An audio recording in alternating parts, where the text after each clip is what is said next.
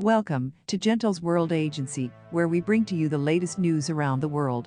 On this report, according to the investigation, the Capitol riots were sparked by a wild Trump tweet. According to a congressional inquiry, a Trump tweet mobilized far-right extremiststo converge on Washington, D.C. on the day of last year's Capitol riot. According to a lawmaker on the panel, he tweeted after the craziest meeting of the Trump presidency. Before we continue with this report, please subscribe to this channel and click on the notification bell to be notified when next we drop a new video. According to the investigation, the Capitol riots were sparked by a wild Trump tweet.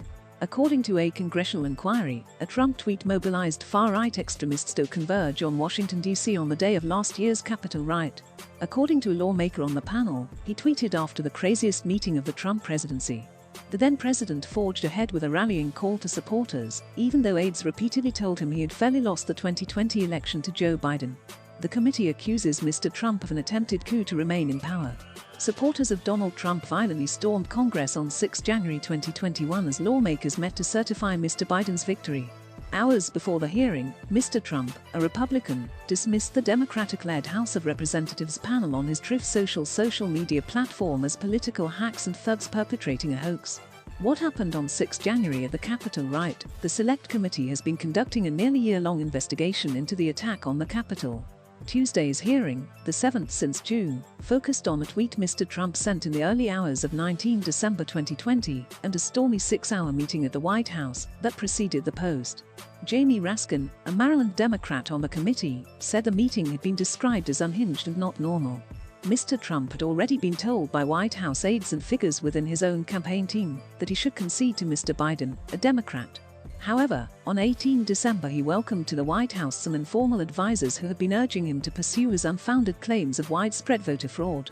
The group, which included his personal lawyer, Rudy Giuliani, and his ex-national security advisor Michael Flynn, has suggested Mr. Trump order the military to seize state voting machines. Aides pushback. The meeting was intercepted by aides, as well as then White House counsel Pat Cipollone. "I don't think any of these people were providing the president good advice," Mr. Cipollone said in recorded testimony to the Select Committee.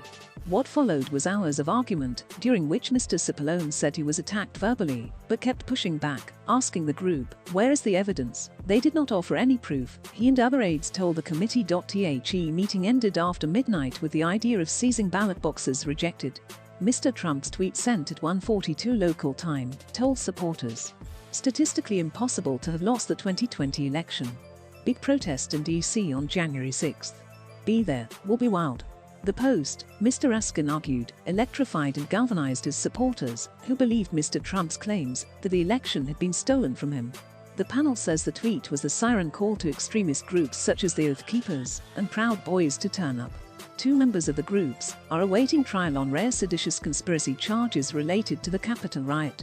Who stormed the Capitol? Proud Boys and Antifa are in the spotlight. An anonymous Twitter employee told the committee they saw a rise in violent rhetoric online following the tweet. Mr. Raskin said some of the responses turned openly homicide.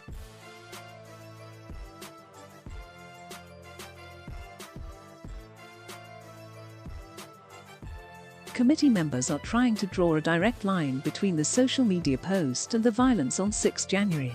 The panel is seeking to build a case that Mr. Trump's efforts to overturn his defeat in the 2020 election constitute illegal conduct. Tuesday's hearing was also told of a claim that Mr. Trump attempted to contact someone who was talking to the congressional inquiry, raising the possibility of witness tampering. Liz Cheney, one of 2 Republicans on the committee, said they had notified the Justice Department. The Wyoming congresswoman said the person Mr. Trump had tried to contact did not answer his call and instead alerted a lawyer. Another witness who testified on Tuesday was Ohio man Stephen Ayers, who, as one of the policemen, Harry Dunn, described the exchange to Gentle's agency. He apologized, Mr. Dunn said, shaking his head. "I'm trying to process." Mr. Trump has hinted he may run for the White House again in 2024, has described the hearings as an attempt to distract Americans from the disaster of Democratic governance amid rampant inflation. A New York Times opinion poll this week found just 33% of voters approve of President Biden, lower than Mr. Trump's popularity in the aftermath of a Capitol riot, according to Gallup. In the attack on the Capitol, Ayers stunned people in the hearing room when he approached 2 of the police officers who were injured in the melee and shook their hands. More than 140 officers were hurt in the riot. One of the policemen, Harry Dunn, described the exchange to Ginto's agency. "Thanks for staying with us. Please support us with your likes, comments, and also share this video. Don't forget to subscribe to this channel and to click on the notification bell to be notified when next we drop a new video. See you in the next report."